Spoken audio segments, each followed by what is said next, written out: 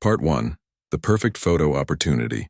It was a bright summer morning in London, and the city was buzzing with tourists from every corner of the world. The sun was shining perfectly, creating that golden glow everyone loves for their vacation photos. Among the crowds of people walking through the historic streets, 3 young tourists were making their way toward one of London's most famous attractions. They had seen the pictures online 1,000 times. Those impressive guards in their bright red uniforms and shiny black helmets, sitting perfectly still on their massive horses. The images always looked so majestic, so Instagram-worthy. Today, they were determined to get their own perfect shots to share with friends and family back home. As they approached Horse Guards Parade, the scene was exactly as they'd imagined. The ancient building stood tall and proud, its weathered stones telling stories of centuries past. And there, positioned at the entrance like living statues, were the king's lifeguards. The horses stood absolutely still, their coats gleaming in the sunlight.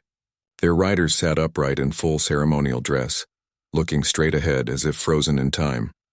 The area was packed with tourists. People were everywhere, speaking different languages, holding up their phones and cameras, trying to capture the moment. Some visitors approached carefully, taking quick photos from a respectful distance before hurrying away. Others stood further back, using zoom lenses to get their shots. There was an unspoken understanding among most of the crowd that these weren't just tourist attractions, but working military personnel deserving of respect.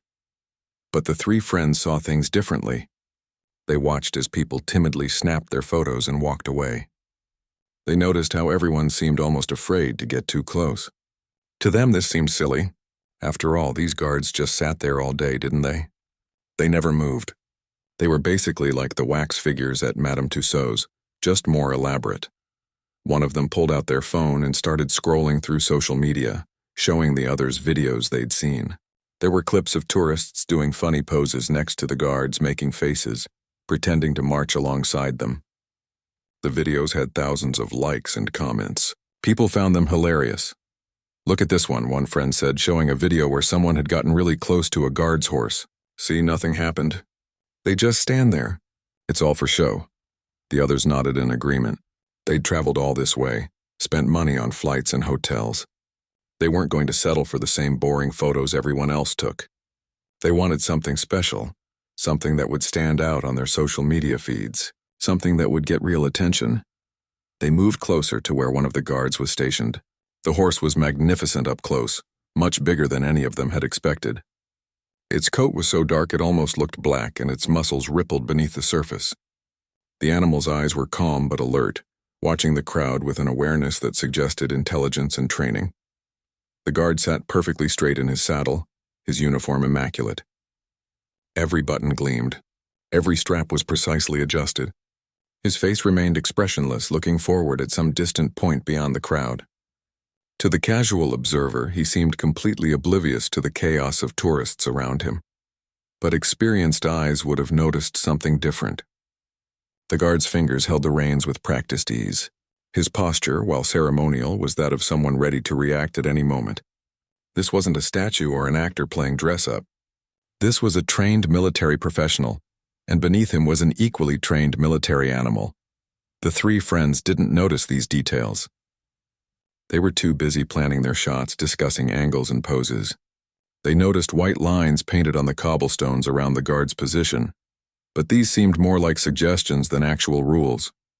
After all, plenty of tourists were standing near those lines, and nothing was happening to them. What they didn't realize was that there's a significant difference between standing near a boundary and crossing it completely. Most visitors instinctively maintained a respectful distance, even if they didn't fully understand why. It was the same instinct that keeps most people from getting too close to any large animal, even a seemingly calm one. The summer heat was building, and the crowd continued to grow. More tour groups arrived, guided by leaders holding up colorful umbrellas and flags. Street performers in the distance played music, adding to the carnival-like atmosphere. Vendors sold souvenirs from nearby carts. The whole scene felt festive and safe, like a giant outdoor festival. This atmosphere of casual fun made it easy to forget that Horse Guards Parade wasn't actually a theme park or tourist attraction in the traditional sense. It was a working military building, and the guards weren't performers hired to pose for photos. They were real soldiers, carrying out real duties that dated back hundreds of years. The three friends positioned themselves near the guard, checking their phone cameras and fixing their hair. They were young, carefree, and confident. In their minds, they were about to create content that would get shared and liked by hundreds, maybe thousands of people. They'd tell the story of their brave encounter with the Royal Guards for years to come. Other tourists around them began to take notice of their growing boldness. Some watched with interest, phones ready to capture whatever happened next. Others looked concerned, their expressions suggesting they sensed something wasn't quite right about the situation developing before them. An older British couple standing nearby exchanged worried glances. The gentleman leaned toward his wife and muttered something about youngsters these days having no respect. But they didn't say anything out loud. It wasn't their place to interfere, and besides, surely the tourist would come to their senses before doing anything truly foolish. The horse shifted its weight slightly from one hoof to another. Its tail swished, keeping away the few flies that dared to land on its coat. These small movements were the only signs that this was a living, breathing animal and not some elaborate decoration. One of the three friends stepped forward first, just a little bit closer than anyone else in the crowd had dared to go. Nothing happened. The guard didn't move. The horse remained still. This small success emboldened them, and they gestured for their friends to come closer too. The afternoon was about to take a turn that none of them could have predicted. What started as a fun photo opportunity was about to become a viral moment for all the wrong reasons. Sometimes the best lessons in life come from the mistakes we make, and sometimes those lessons come with consequences we never saw coming. The stage was set. The players were in position, and the ancient cobblestones of Horse Guards Parade were about to witness yet another reminder that traditions, boundaries, and respect exist for very good reasons. Part 2. Crossing the line. The first friend took another step forward, and this time he crossed over the white line painted on the ground. His heart was racing with excitement, not fear. He turned back to his companions with a huge grin on his face, as if he'd just accomplished something remarkable. His friends laughed and pulled out their phones, ready to capture every moment. He stood there for a few seconds, just a few feet away from the massive horse. Nothing happened. The guard didn't shout. The horse didn't move. In his mind, this confirmed everything he'd thought. These were just for show. The whole thing was basically a tourist attraction, pretending to be something more serious. Feeling braver by the second, he started making poses. First, he stood at attention, mimicking the guard's straight posture. His friends found this hilarious, their laughter attracting more attention from the surrounding crowd. Then he pretended to march in place, lifting his knees high like he'd seen guards do in videos. More laughter. More phones pointed in his direction. The horse, whose name was actually part of a long military tradition, stood perfectly still. But anyone who knew horses would have noticed the subtle signs. His ears, which had been relaxed and forward-facing, now turned backward. This is how horses show they're paying attention to something behind them, something they're not entirely comfortable with. His nostrils flared slightly, taking in the scent of the stranger who was far too close. The guard remained motionless in his saddle, but his eyes, hidden behind the discipline of his training, were tracking every single movement. He'd seen this behavior before. Tourists often got carried away, thinking the ceremony was just an act. But he knew the reality. His horse was a trained cavalry mount, yes, but it was still an animal with instincts, and those instincts had limits. The young man moved even closer. He was now standing right next to the horse's shoulder, close enough to touch.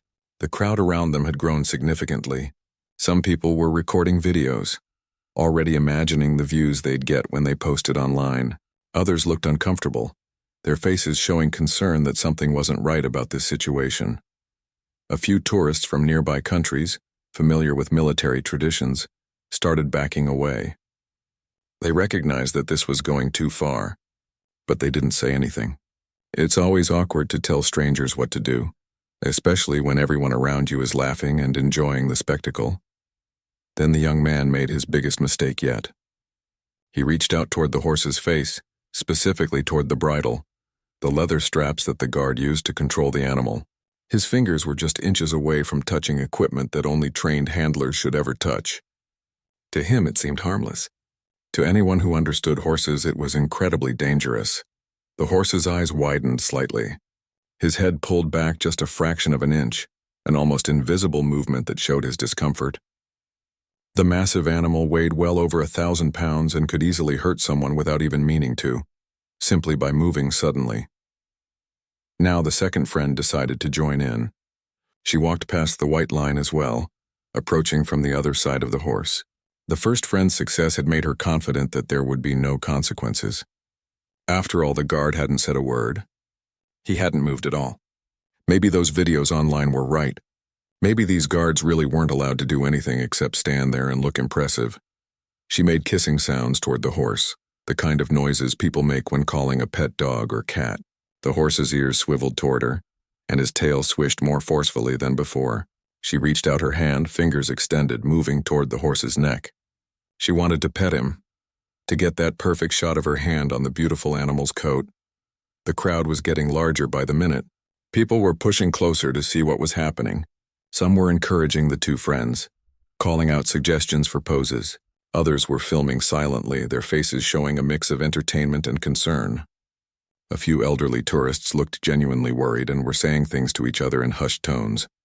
The third member of the group stood back a bit, still filming everything on his phone. He was laughing at his friend's antics, already imagining the comments and likes their video would get. This was going to be their best content yet. This trip would be remembered forever. What none of them understood was that the guard's apparent inaction wasn't permission. It was patience. Military discipline meant maintaining composure even in the face of disrespect. But that discipline had limits, and those limits were quickly approaching.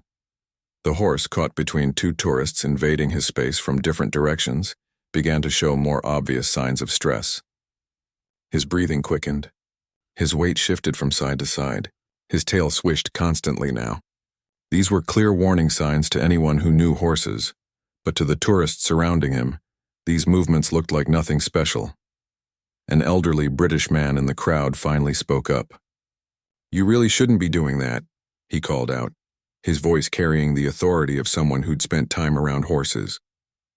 But his warning was drowned out by the laughter and chatter of the crowd.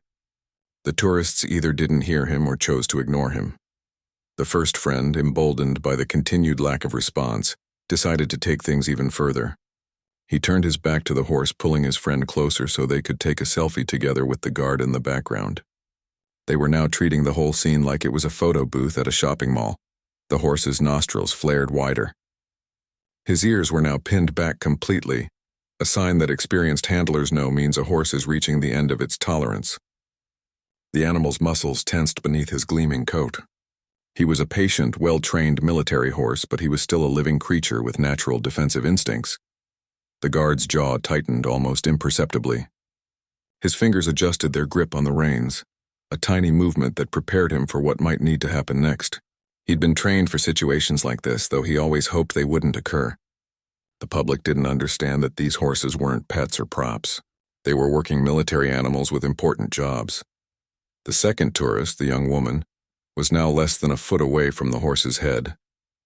Her hand was still outstretched, still reaching to touch the animal. She was smiling broadly, looking at her friend's camera, waiting for him to get the perfect angle. She had no idea that she was about to experience something she would never forget. The summer sun beat down on the ancient cobblestones. The air smelled of horse leather and the various perfumes and colognes of the international crowd. The sounds of the city, traffic in the distance, conversations in multiple languages, a street performer's music, all blended into a busy urban symphony. But in that moment, there was a tension building that most of the crowd couldn't sense. The horse's patience was wearing thin. The guard's military composure was being tested to its limits. And the three tourists, lost in their excitement and confidence, had no idea they were about to learn a very hard lesson about boundaries, respect, and consequences. Part 3. The warning, ignored. The silence that had hung over the scene was suddenly shattered by a voice that cut through the air like a knife. "Stand back from the King's Lifeguard!" The command came from the mounted guard, and it was unlike anything the tourists had expected. His voice was powerful, sharp, and carried the weight of centuries of military authority. The sound made several people in the crowd jump. Camera phones wobbled in shaky hands.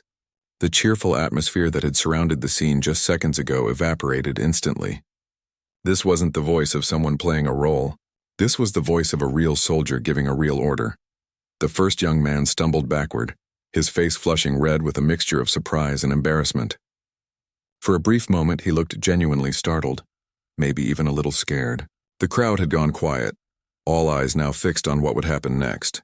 Some tourists lowered their phones, suddenly feeling uncomfortable about recording what was unfolding. But embarrassment has a funny way of turning into other emotions, especially when you're young and with friends and surrounded by strangers. Within seconds, the tourist's startled expression changed. He glanced at his friends, saw them looking at him, and something shifted. Instead of taking the warning seriously, he started laughing. It was that nervous kind of laughter people do when they don't want to admit they've been scared or caught doing something wrong.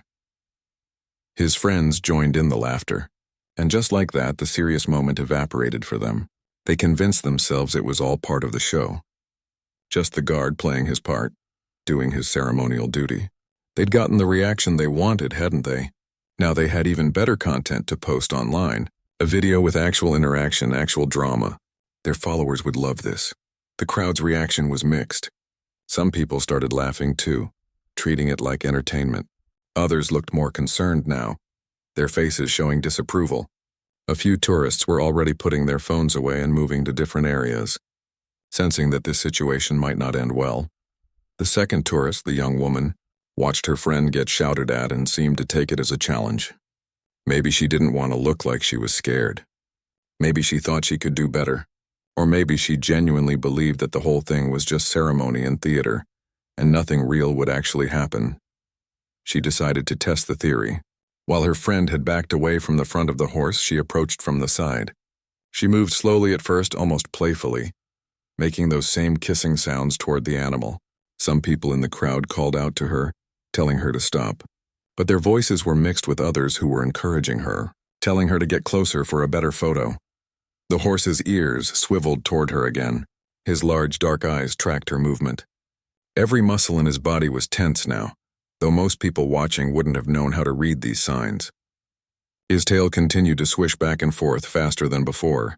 His breathing had changed, coming quicker through his flared nostrils. She reached out toward the horse's neck, her fingers extended. She was trying to pet him, to run her hand along his coat. To her, this seemed like a friendly gesture. After all, people pet horses all the time, right? What she didn't understand was that this wasn't a horse in a field, or at a stable where petting was welcome.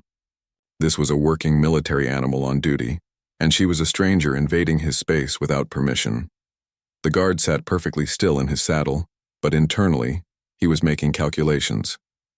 His training had prepared him for moments like this. He knew his horse's body language better than anyone in that crowd. He could feel the tension through the saddle, through the reins in his hands. He was ready to react, but he was also giving the tourist one more chance to make the right choice and back away. The crowd had grown even larger now.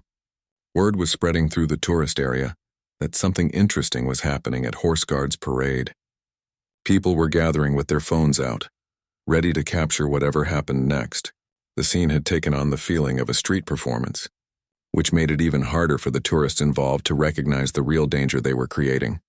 The third friend, still standing back and filming everything, was now narrating the video. His voice was cheerful and joking as he described what his friends were doing, adding commentary about how brave they were, how funny the situation was. He'd already decided this would be the highlight of their trip, the story they'd tell everyone back home. The young woman's hand got closer to the horse. Just a few more inches and she'd be touching him. She was smiling widely, looking back at the camera, making sure her friend was getting good footage. The sun caught her hair. The ancient building stood majestically in the background and the impressive guard sat motionless on his mount. It would have been a beautiful photo if the circumstances had been completely different. Some experienced horse handlers in the crowd recognized what was about to happen. They could see the signs that the horse was reaching his breaking point.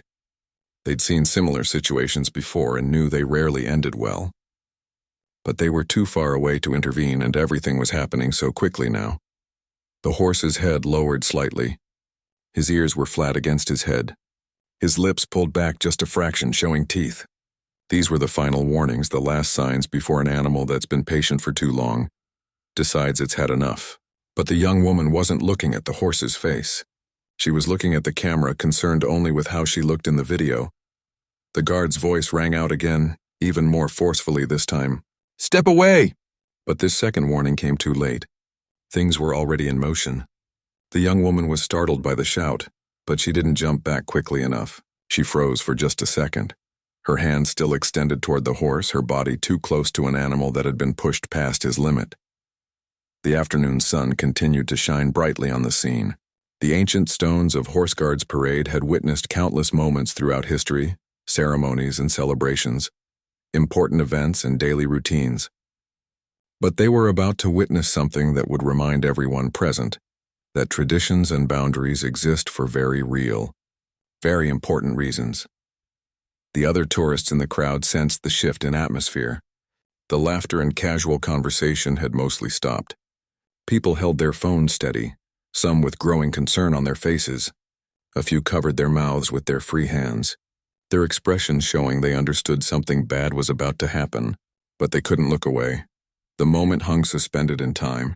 That brief second before everything changes, before consequences become real, before a fun vacation moment turns into something entirely different. The young woman was still smiling, still posing, still treating the whole situation like a game. She had no idea that in the next few seconds her entire trip would be remembered for completely different reasons than she'd planned. Part 4. When instinct overrides curiosity. What happened next occurred in a heartbeat, yet seemed to unfold in slow motion for everyone watching. The horse, pushed beyond the limits of his patience and training, did what any large animal would do when feeling threatened and cornered. He reacted. His massive head swung around with shocking speed, far faster than anyone would expect from such a large animal. His neck muscles, powerful and developed from years of training and work, propelled his head toward the young woman who stood too close. And in that instant, his teeth, large and strong, found their target. The horse's mouth clamped down on the woman's outstretched arm. Not a gentle nip, but a real bite with the full force of an animal that weighs over half a ton. His jaw pressure, designed by nature to tear grass and defend against threats, was far stronger than most people could imagine. Her scream cut through the air, piercing and panicked. It was the kind of scream that makes everyone within earshot stop what they're doing and pay attention. The playful, excited atmosphere vanished completely, replaced by shock and horror. Camera phones that had been steady suddenly wobbled or dropped altogether as people reacted to what they were witnessing. The young woman tried to pull her arm away, but the horse's grip was firm. For what felt like an eternity but was really only a second or two, she was held there, connected to an animal far stronger than herself, experiencing real fear for perhaps the first time in her life. Her face transformed from that confident smile into an expression of pure terror and pain. The guard, rather than being a passive observer, immediately took control. His training kicked in instantly. With expert precision and calm that only comes from years of working with horses, he commanded his mount. His voice was firm and his hands worked the reins with practiced skill. This wasn't his first time dealing with a situation like this, and his response was exactly what it needed to be. The horse responded to his rider's command and released the woman's arm. This was the proof that the animal wasn't vicious or out of control. He was simply a well-trained military horse who had reacted to a stressful situation and who still listened to his handler even in that moment of tension. The connection between guard and horse, built through countless hours of training and work together, showed itself clearly. The young woman stumbled backward, the momentum of finally being released sending her off balance. She fell hard onto the cobblestones, the ancient stones that had been worn smooth by centuries of footsteps and hoofbeats. Her hands caught her fall, scraping against the rough surface, but she barely noticed that pain. Her entire focus was on her arm. She clutched it against her chest, and even from a distance people could see the damage. Deep red marks were already forming where the horse's teeth had pressed into her skin. The pattern was clear and would undoubtedly bruise badly. In several places the skin had been broken. Blood was starting to appear, not gushing but definitely flowing. The teeth marks formed a clear arc along her forearm, a reminder that would last for weeks if not months. Her friends, who had been laughing and encouraging her just moments before, stood frozen in shock. The one who had been filming was still holding his phone, but it had dropped to his side, forgotten. His face had gone pale, his mouth hanging open. The first friend, who had crossed the line initially, looked like he might be sick. The confidence and bravado that had filled them just minutes ago had completely evaporated. The crowd's reaction was a mixture of gasps, shouts, and stunned silence. Some people rushed forward wanting to help but not quite sure what to do. Others backed away, suddenly very aware of how close they were standing to the other horses and guards stationed nearby. Parents pulled their children closer. Several tourists were visibly shaken, their hands trembling as they lowered their phones. The young woman was crying now, not just from pain but from shock and fear. She rocked back and forth where she sat on the ground, making small wounded sounds between sobs. Her vacation outfit, carefully chosen that morning for the perfect photos, was now dusty from the cobblestones and stained with blood. Within seconds, staff members appeared from the Horse Guards building. They must have been watching, or perhaps they'd been alerted by the commotion. They moved quickly and efficiently, clearly trained for emergencies. A first aid officer knelt beside the injured tourist, carefully examining her arm while speaking in calm professional tones. Behind him, other staff members were already managing the crowd, asking people to step back and give them room to work. The guard remained mounted back in his ceremonial position. His horse had calmed almost immediately after releasing the woman, returning to that statue-like stillness that had fooled so many tourists into thinking he was just for decoration. For a brief moment, the guard's eyes met those of the injured woman. There was no anger in his gaze, but there was no sympathy either. It was the steady, measured look of someone who had witnessed an entirely preventable situation play out exactly as they'd known it might. A look that said without words that warnings exist for reasons. Police officers arrived quickly, their presence adding another level of seriousness to the situation. This wasn't just a tourist who had gotten hurt. This was an incident at a protected military site, involving the harassment of a working guard. The officers began taking statements, pulling out notebooks, and asking questions of witnesses. The injured woman was being told she needed immediate medical attention. The first aid officer explained in a kind but firm voice that animal bites always carried risks of infection. She would need thorough cleaning of the wounds, probably stitches, and definitely a tetanus shot. The words seemed to make everything more real, more serious. This wasn't going to be fixed with a bandage from a first aid kit. The third friend, the one who had been filming everything, was now reviewing his footage with shaking hands. He had it all recorded. The approach, the warnings, the bite, everything. But what had seemed like great content just minutes ago now looked like evidence of their foolishness. Other tourists who had filmed were already typing on their phones, uploading videos with captions that ranged from shocked to critical. An officer approached the three friends, his expression stern. He began explaining that they could face charges for harassment of the king's lifeguard. This wasn't just about getting too close to a tourist attraction. This was about disrespecting and disrupting working military personnel, performing official duties. The offense had been taken seriously for centuries, and modern Britain still enforced these protections. The ancient building stood unchanged, as it had for hundreds of years. The ceremony continued around them as other guards carried out their duties. The horses at other positions remained calm and professional. Life at Horse Guards Parade went on because this incident, as dramatic as it was for the people involved, was just another day in a long history of teaching visitors the same lesson about respect and boundaries. The young woman's arm throbbed with pain. The marks would fade eventually, but the memory never would. And neither would the video evidence, which was already beginning its journey across the internet, about to reach an audience of millions. Part 5. The Aftermath. The first aid officer worked quickly and efficiently, cleaning the wound with antiseptic solution that made the injured woman wince and cry out. The bite marks were deep in several places, and he explained with professional concern that she was very lucky the horse hadn't applied his full strength. A horse that size could easily crush bone if it wanted to. This was actually a restrained reaction from a trained military animal. As he wrapped her arm in temporary bandaging, he told her what she needed to hear, even if she didn't want to hear it. Hospital, immediately, no arguments. Animal bites, especially from large animals, carried serious risks. Bacteria from the horse's mouth could cause infections that might seem minor at first but could turn dangerous quickly. She needed proper medical care, and she needed it now. The woman nodded weakly, still crying, holding her bandaged arm carefully. The white gauze was already showing spots of red seeping through. Her friends hovered nearby, their faces showing guilt and worry in equal measure. They kept saying they were sorry, kept asking if she was okay, but the words felt empty even to them. This was their fault as much as hers. An ambulance had been called, its sirens already audible in the distance, growing louder as it navigated through London's busy streets. The sound made everything feel more serious, more real. This wasn't just a small accident that could be brushed off. This was a proper emergency requiring professional medical transport. While they waited, a police officer continued taking statements. He was polite but firm, asking detailed questions about what had happened and why they had crossed the boundaries. The three friends fumbled through their explanations, their earlier confidence completely gone. They sounded exactly like what they were, young people who had made a very poor decision and were now facing consequences they hadn't anticipated. Other tourists who had witnessed everything were being interviewed as well. Most of them confirmed the same story. The tourists had crossed the white lines. They had ignored the warnings. They had deliberately gotten too close despite clear boundaries and verbal commands to stop.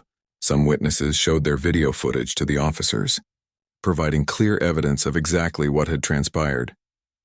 The guard remained at his post throughout all of this, though another officer had come to stand nearby, probably to prevent any further incidents while the situation was being handled. The horse, now calm and still once again, showed no signs of the aggression he'd displayed moments ago. He was back to being the professional military animal he'd been trained to be, proving that his reaction had been specifically to the threat, not random violence. When the ambulance arrived, its bright lights flashing, paramedics quickly took over the care of the injured woman. They examined her arm, asked questions about how it happened, and confirmed what the first aid officer had said. This needed proper hospital treatment. They helped her onto a stretcher, more for protocol than necessity since she could walk, and loaded her into the back of the ambulance. One of her friends climbed in to go with her, still apologizing repeatedly. The third friend stayed behind as the police had more questions for them. Before the ambulance doors closed, the paramedic could be heard explaining the treatment process, the need for thorough cleaning, possible stitches, definitely a tetanus shot, and monitoring for any signs of infection over the coming days. As the ambulance pulled away, siren wailing again, the crowd that had gathered slowly began to disperse, but the conversations continued. People were talking about what they'd witnessed, discussing it in dozens of different languages. Some were critical of the tourists, saying they'd gotten what they deserved for being disrespectful. Others expressed sympathy, saying the punishment seemed harsh for just wanting a photo. But the majority of people seemed to understand that this had been preventable. The boundaries were clearly marked. The warnings had been given. The tourists had made a choice to ignore both, and choices have consequences.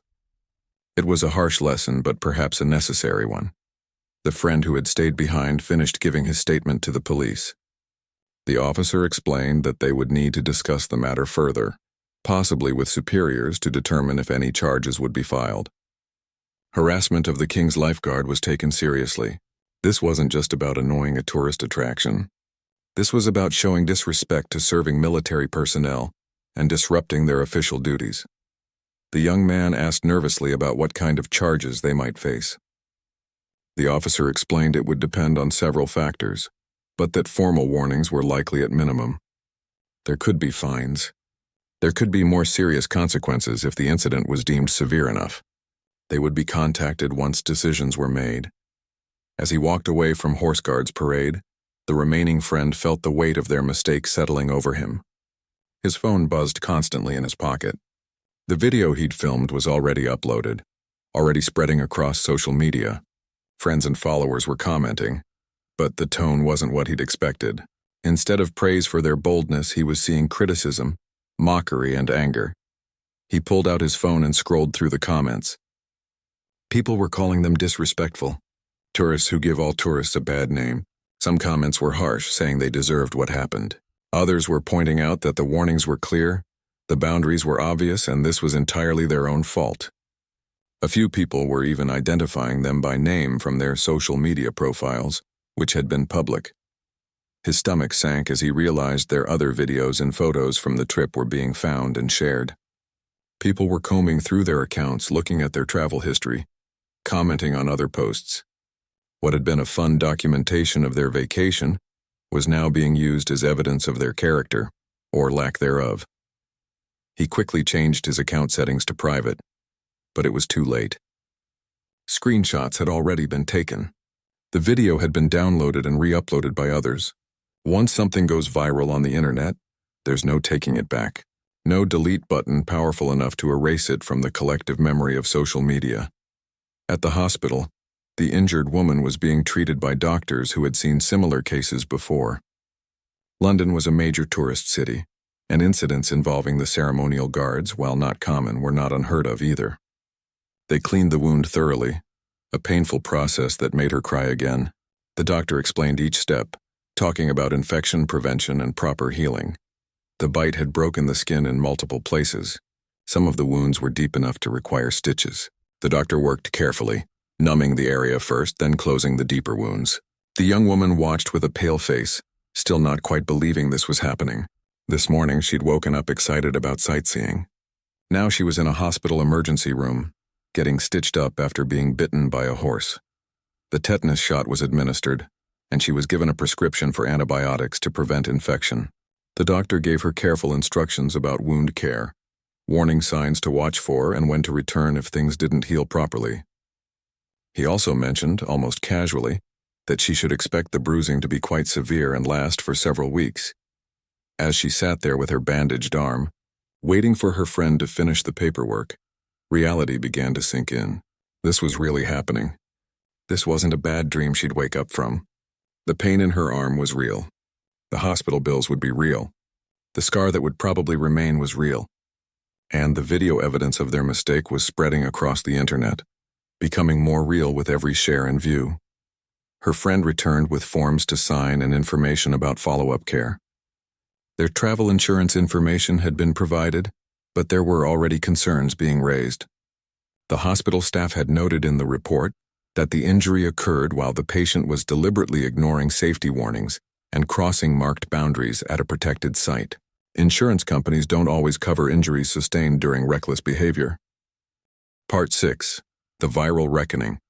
By the time evening arrived, the incident had exploded across social media platforms in ways the three friends never could have imagined.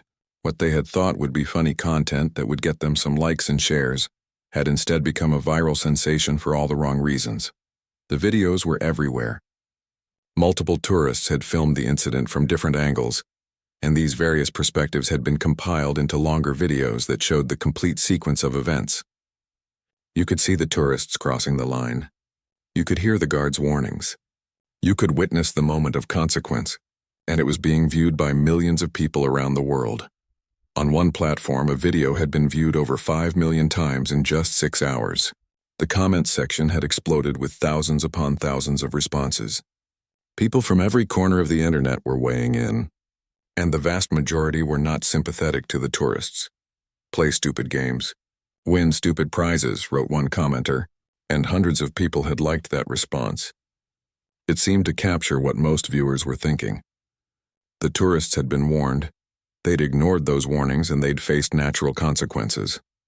Horse enthusiasts and equestrian experts were particularly vocal. They explained in detailed comments exactly what had happened from the horse's perspective. They pointed out every warning sign the animal had given before finally reacting. The ears going back, the tail swishing, the tension in his body. To anyone who understood horses, they wrote, this outcome had been completely predictable. That horse showed incredible restraint. One experienced rider commented, a bite like that could have been so much worse. That was a warning nip from a very patient animal who'd been pushed too far. The guard and his training are the only reasons this wasn't a tragedy. British commenters expressed particular frustration. Many wrote about how tourists constantly showed disrespect to the King's lifeguard, treating serious military personnel like props in a theme park. They shared their own stories of witnessing similar behavior, their annoyance at seeing traditions mocked and boundaries ignored. These are real soldiers doing a real job, one London resident wrote. They're not actors.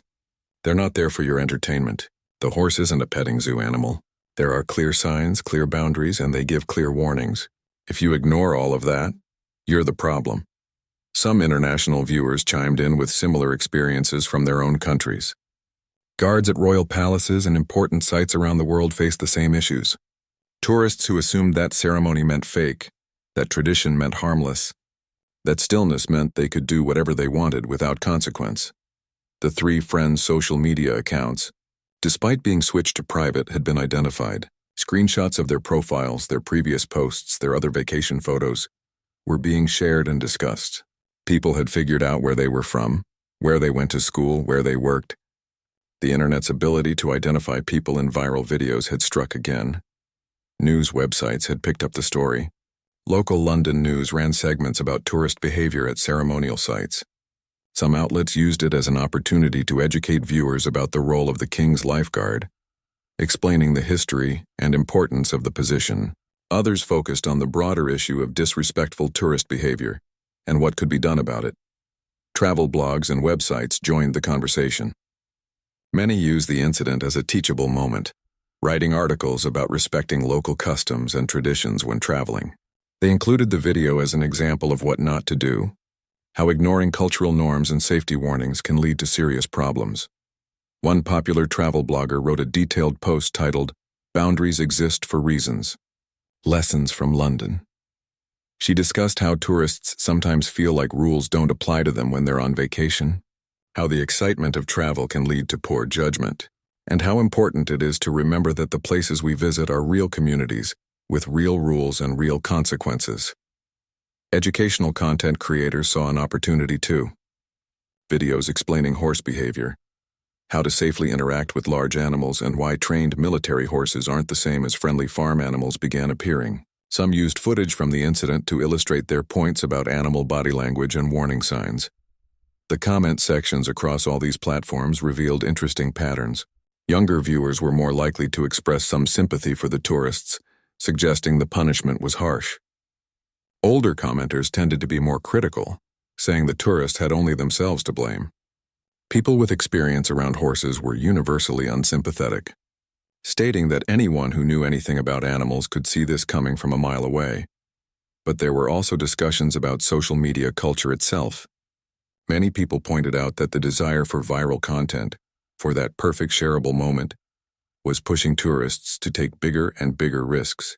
The three friends hadn't just wanted a nice photo. They'd wanted something dramatic, something that would get attention. And they'd gotten attention, just not the kind they'd hoped for. Some commenters shared their own regretful experiences of doing foolish things for social media, of learning hard lessons about boundaries and respect. These personal stories added depth to the discussion, showing that while the incident might seem unique, the underlying causes were part of a broader pattern of behavior in the social media age. By midnight, the incident had been featured on major news networks. A morning show had already scheduled a segment about it for the next day. Parenting forums were discussing it, using it as an example to teach children about consequences. Teachers were bookmarking the video to show in classes about digital citizenship and responsible tourism. The three friends watched all of this unfold from their hotel room, their phones lighting up constantly with notifications. Friends and family from home were messaging them, having seen the videos. Some messages were concerned, asking if everyone was okay. Others were disappointed or angry. A few were just curious about what had really happened. Their group chat was filled with worried messages. What should they do? Should they post an apology? Should they stay quiet and hope it blows over? Should they delete all their social media accounts? Every option seemed to have downsides. Anything they posted would be screenshotted and shared. Staying quiet would be seen as not taking responsibility. Deleting accounts would be seen as running away. The injured woman sat with her bandaged arm, scrolling through comments with her other hand. Reading strangers discuss her mistake, criticize her judgment, debate whether she deserved sympathy. Some comments made her angry. Others made her want to cry again. A few made her genuinely reflect on what she'd done. One comment stuck with her. It was from someone who claimed to have been a royal guard years ago. He wrote, "I spent years in that position. You know what the hardest part was? Not the long hours standing still. Not the weather. It was maintaining composure while tourists treated us like we weren't real people. Like we were robots or statues. Being mocked and disrespected every single day. These horses are professionals. That guard is a professional. You treated them like props and you learned why that's not okay." She read it 3 times. Then she closed her phone and set it down. The pain in her arm throbbed. The medication was wearing off. She'd need to take more soon. But right now she just sat there in the quiet hotel room, finally beginning to understand the full weight of what they'd done and why it mattered. Part 7. The Cost of a Moment. The next morning brought new problems that the three friends hadn't even considered the night before. The hospital bills arrived first, delivered to their hotel. The emergency room treatment, the doctor's time, the stitches, the medications, all added up to a substantial amount. Even with the tourist insurance they'd purchased before the trip, the total was shocking. But then came the real blow. The travel insurance company had reviewed the hospital's report, which clearly stated that the injury occurred while the insured party was deliberately ignoring safety warnings and crossing marked boundaries at a protected military site. A representative called to inform them that they were disputing the claim. Reckless behavior wasn't covered under their policy. The injured woman would need to pay out of pocket until the dispute was resolved, if it was resolved in her favor at all. She sat on the hotel bed, looking at the numbers, feeling sick to her stomach. This trip had already cost them their savings. Now she was facing medical bills that would take months to pay off. For what? For a photo that was now infamous across the internet? For a moment of excitement that had turned into the worst experience of her life? The follow-up appointment at the hospital brought more bad news. The doctor examining her arm was concerned about the healing process. Some of the deeper bite marks showed early signs of infection despite the antibiotics. The wounds would need to be cleaned again. More aggressively this time. She'd need stronger medication and more frequent checkups. Each appointment meant more costs, more time, more pain. The scarring, the doctor told her gently, would likely be permanent. Not terrible, but visible. The pattern of the horse's teeth would probably remain on her arm forever. A reminder of that day in London. She looked down at the bandages and felt tears building again. She'd marked herself permanently for a stupid decision that had lasted maybe 10 minutes. Meanwhile, the consequences were spreading into other areas of their lives back home. The first friend, the one who had crossed the line initially, received an email from a company where he'd recently interviewed for a job. They'd seen the viral videos. After careful consideration, they'd decided to move forward with other candidates. The email was polite, but the message was clear. They didn't want to hire someone who showed such poor judgment. He stared at that email for a long time. He'd been so excited about that job. It was a good opportunity, better pay than he'd ever made, a real step forward in his career. And now it was gone because of 15 minutes of foolishness in London. Because he'd wanted to look cool and brave in front of his friends and a crowd of strangers. The third friend, the one who had filmed everything, was facing problems at his university. The video had reached his campus and students were sharing it widely. Someone had sent it to the dean's office with a complaint about how the student was representing the university abroad. He received a notice that he'd need to meet with administration when he returned to discuss the incident. Employers weren't the only ones finding the videos. Family members were discovering them too. Parents called, disappointed and angry. Grandparents didn't understand what had happened but knew it was bad. Younger siblings were being teased at school because their older siblings were those tourists in the viral video. The embarrassment was spreading like ripples in a pond, touching everyone connected to them. Their social media accounts, even set to private, were under constant attack. Friend requests from strangers who just wanted to send nasty messages, tags and posts they couldn't control, memes being made using screenshots of their faces. One particularly popular meme showed the moment before the bite with the caption, "When you ignore all the warnings in life." It had been shared hundreds of thousands of times. The Metropolitan Police followed up with formal warnings for all three of them. While they weren't being charged criminally this time, the warnings would be on record. Any similar behavior in the future would be treated much more seriously. They also received stern lectures about respecting British institutions, about the seriousness of interfering with military personnel, about how lucky they were that the situation hadn't been worse. Travel forums and review sites were discussing them too. Other travelers posted warnings about disrespectful behavior, using their incident as an example. Some hotels and tour companies were adding specific clauses to their policies about respecting local customs and guards, directly inspired by the viral video. The three friends had inadvertently become a case study in what not to do. The worst part, perhaps, was realizing how their actions had affected others. The guard who had been at the center of the incident was being praised online for his professionalism and his horse's training. But they learned through news coverage that he and other guards dealt with this kind of disrespect constantly. Their incident wasn't unique. It was just the one that got caught on camera at the right moment to go viral. Horse welfare advocates had also entered the conversation, discussing the stress that tourism placed on working animals. The cavalry horses were highly trained and well cared for, but they dealt with crowds and noise and ignorant behavior every single day. Some activists were calling for stricter enforcement of boundaries, for better education of tourists, for harsher penalties for harassment.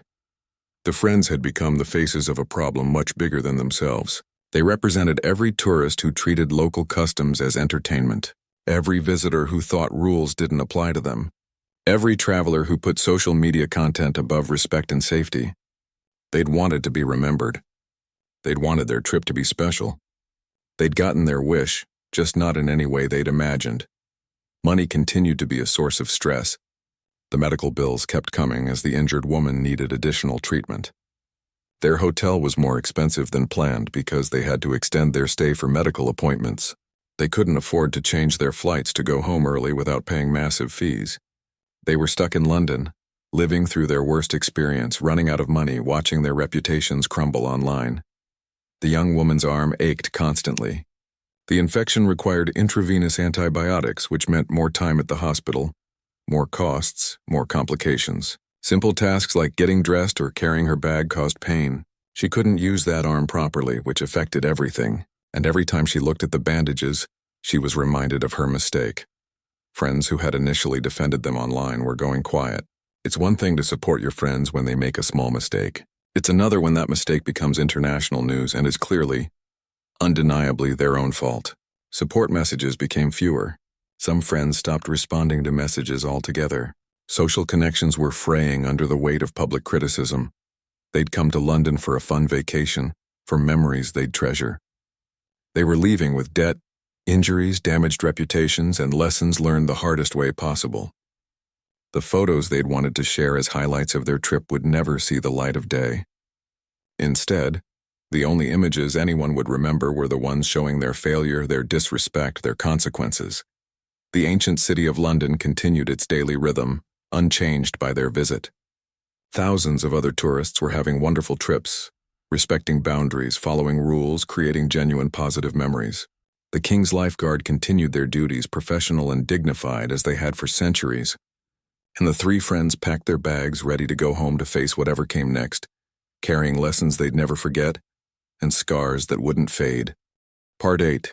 Lessons learned. The hard way. 6 months had passed since that summer day in London, and life had moved forward, though not in the ways any of them had hoped. The injured woman sat in her apartment, looking at her arm where the scars had finally settled into their permanent form. They'd faded from the angry red of fresh wounds to pale lines that stood out against her skin. The pattern was still visible, still recognizable to anyone who knew what to look for. She'd tried makeup to cover them at first, but eventually stopped bothering. They were part of her now, a permanent record of the worst decision she'd ever made. Sometimes people asked about them. She'd learned to tell the truth, uncomfortable as it was. Lying would only make things worse if someone recognized her from the video, which still popped up occasionally when the internet decided to recycle old viral content. The medical costs had been partially covered after months of back and forth with the insurance company. They'd eventually agreed to pay a portion, though far from everything. She was still making monthly payments on the remaining debt. Every payment was a reminder, another little consequence that kept the lesson fresh. The money she'd saved for other trips, for experiences she'd dreamed about, went to paying off a hospital bill from a trip gone wrong. Her arm had healed as well as could be expected, but it wasn't quite the same. Cold weather made it ache. The deeper scars were sensitive to touch. She'd adapted, learned to work around the limitations, but they were there. Permanent changes from temporary stupidity, as she'd come to think of it. The first friend, the one who'd crossed the boundary initially, had struggled the most with employment. That lost job opportunity had hurt, but it wasn't the last one. 2 other interviews had gone badly when employers found the video during background checks. He'd eventually found work, but not in his field, and not at the level he'd hoped for. His career had been set back by years because of 15 minutes of poor judgment. He'd started therapy to deal with the anxiety and depression that followed. The constant recognition, The comments from strangers, the knowledge that his worst moment was permanently available for anyone to watch, it had taken a serious toll on his mental health. His therapist helped him work through the shame and regret, helped him find ways to move forward despite the past. The third friend had faced consequences at his university, as expected. A formal reprimand went on his record. He'd been required to write a lengthy essay about cultural respect and responsible tourism, which his professor had him present to several classes as a cautionary tale. Standing in front of fellow students explaining his mistake while they watched the video had been one of the most humiliating experiences of his life, but it had also been educational in ways he hadn't expected. The research he'd done for that essay taught him things he wished he'd known before the trip. About the history of the King's Lifeguard, about horse behavior and welfare, about the importance of cultural traditions and why they deserve respect. Knowledge gained too late, but gained nonetheless. All three of them had written public apologies, posted on their social media accounts months after the incident. The statements acknowledged their disrespect toward the guard, toward his horse, toward the institution they represented, and toward the people of Britain whose traditions they'd mocked. The apologies were carefully worded, sincere, taking full responsibility without making excuses. The responses to those apologies had been mixed. Some people appreciated the accountability and growth. Others felt they were too little, too late. Many pointed out that apologies are easier when you've already faced consequences and have nothing left to lose. But the three friends posted them anyway, not because it would change how others saw them, but because it was the right thing to do. They'd learned, painfully, that ceremonies and traditions aren't just for show. The King's Lifeguard serves a real function, rooted in history and maintained with pride. The guards aren't actors playing roles. They're trained soldiers performing actual duties. The horses aren't props or pets. They're working military animals with important jobs. Everything about that institution has meaning and purpose that goes far beyond tourism. They'd learned about boundaries, both literal and metaphorical. Those white lines on the cobblestones weren't suggestions or guidelines. They were clear markers of where the public should not cross. Boundaries exist to protect everyone involved, to prevent exactly the kind of incident they'd caused. Respecting boundaries isn't about being timid or boring. It's about being sensible and considerate. They'd learned that warnings should be taken seriously. When someone in authority tells you to stop, to step back, to reconsider your actions, there's usually a very good reason. Those warnings aren't challenges to overcome or obstacles to push against. They're crucial information that could prevent harm. Ignoring them isn't brave or fun. It's foolish and dangerous. Perhaps most importantly, they'd learned that the desire for social media content, for viral moments, for impressive photos, can override good judgment in dangerous ways. The pressure to create shareable content, to look bold and interesting online, had pushed them to ignore their instincts and common sense. They'd valued digital validation over real-world safety and respect. The videos of their incident were still online, still being shared, still teaching others the same lessons. But now there was additional content too, their apologies. News segments about tourist behavior, educational videos about working horses. The story had grown beyond just their mistake into a broader conversation about travel, respect, and consequences. Some good had come from their bad experience. Tourist authorities in London and other cities had improved signage around ceremonial guards and protected sites. More information was being provided about why boundaries exist and why they matter. Some tour guides were using the incident in their talks, explaining proper behavior around working military personnel and their animals. The three friends rarely spoke to each other anymore. The friendship hadn't survived the incident and its aftermath. There was too much shared shame, too many reminders of the worst day of their lives. They'd gone their separate ways, each processing the experience privately, each carrying their own version of the lessons learned. The young woman with the scars sometimes saw horses now and felt a complex mix of emotions. Respect for their power and intelligence, guilt for having provoked one, understanding of why the animal reacted as it did. She'd taken time to learn about horse behavior, to understand what she'd missed that day. The signs had all been there, she just hadn't known how to read them. She'd also developed a deeper appreciation for traditions and ceremonies around the world. When she traveled now, which she did carefully and respectfully, she researched the places she visited. She learned about local customs, about what was expected of tourists, about how to be a guest rather than an invader in someone else's culture. Travel had become richer for her, more meaningful because she approached it with humility and respect. The others had made similar adjustments in their lives. More thoughtful, more aware of consequences, more respectful of rules and boundaries. They'd become cautionary tales, but they'd also become people who genuinely understood why those cautions mattered.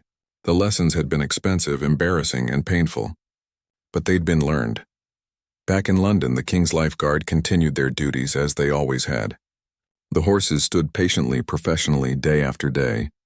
The guards maintained their discipline and composure, managing crowds and honoring tradition. The ancient stones of Horse Guards Parade had witnessed the entire incident and its aftermath, adding one more story to centuries of history.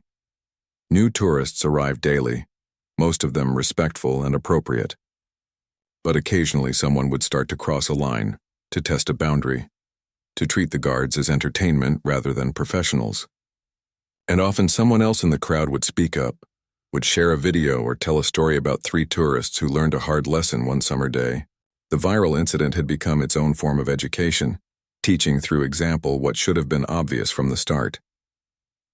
The 3 friends had wanted to be remembered. They'd wanted their trip to be special and shareable. They'd achieved both goals, just not in any way they'd ever wanted. But if their mistake helped others avoid the same error, if their pain prevented someone else's, then perhaps something worthwhile had come from their experience after all. Sometimes the hardest lessons are the ones we bring upon ourselves. Sometimes the consequences of our actions extend far beyond what we could have imagined. And sometimes the most important thing we can do after making a terrible mistake is to learn from it, to grow from it, and to share those lessons so others don't have to learn them the same painful way. The 3 friends carried their scars, visible and invisible, and hoped that somehow their story would help others make better choices.